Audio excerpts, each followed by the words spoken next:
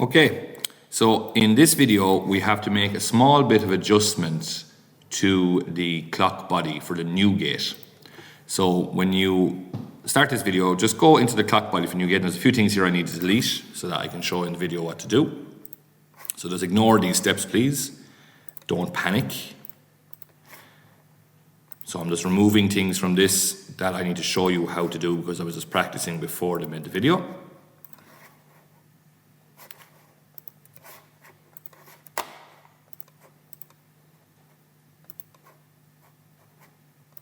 Okay, so this is what your part should look like.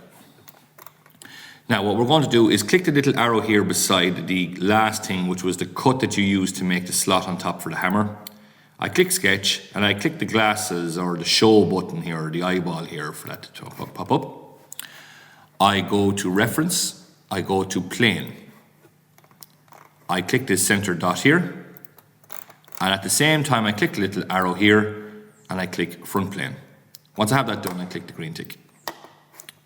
Right click anywhere on the word plane 1, click sketch, hit the space bar, and we click normal 2. So what we're going to make here now are the two supports for holding the bell on top of the clock. I go to sketch, I go to line, I draw a line straight up to 12 o'clock, we'll say on that, push escape. I click that line, and on the left hand side I click the option for construction. I then go back to line again. Again, I click the origin, and I draw a line in and out here any length I like. I push escape on my keyboard, and again I click that line, and on the left hand side I click the option for construction, and I click the green tick. I go back to line again, starting up here at the top. I draw a line that's following the yellow, so it's perpendicular. I head back down to the inside circle, here anywhere I like, and I come right back across to pick up this line here, again following the yellow dotted lines to make sure I'm perpendicular. Push escape. I go to smart dimension, that I want this line here to be a total of 30, and I want this line here to be a total of 1.5. Now if anything like this happens, which will, just click this line, hold down control, click this line here, and click the option parallel. Go back to line again, draw a line that goes from here down to this dot to close the sketch. Go back to smart dimension again, dimension that between that line and this line is an angle of 30. Once you have that done, go features, go to revolve boss base, click this line here, click the green tick. Now, so that's that done. Okay, we're going to mirror that over to the left hand side.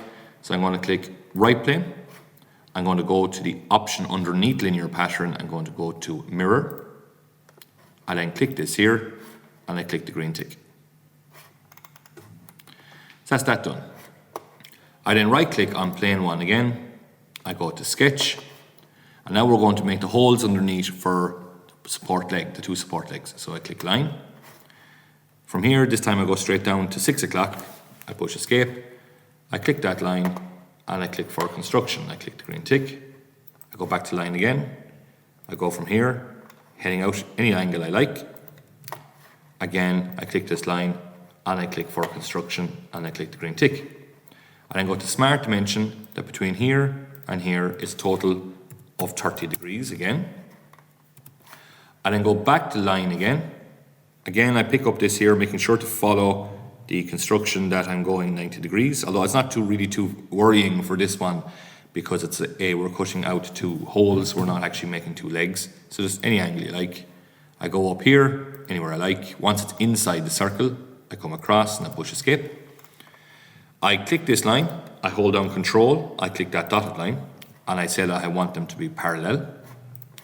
I then go smart dimension that the distance between this line and this line is also, sorry, that went wrong, do it again. Need to delete that measurement.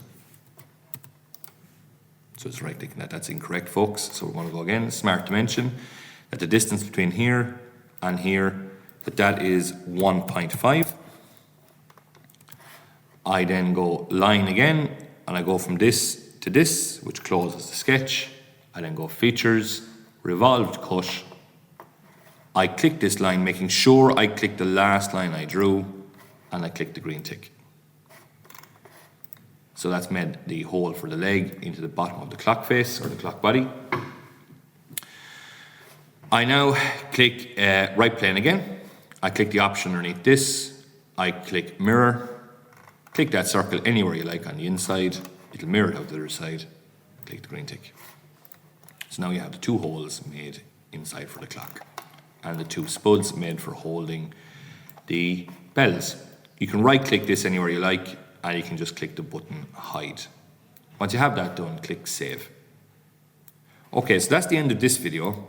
In the next video, I'm going to be showing how we're going to make the clock face with the numbers on the inside.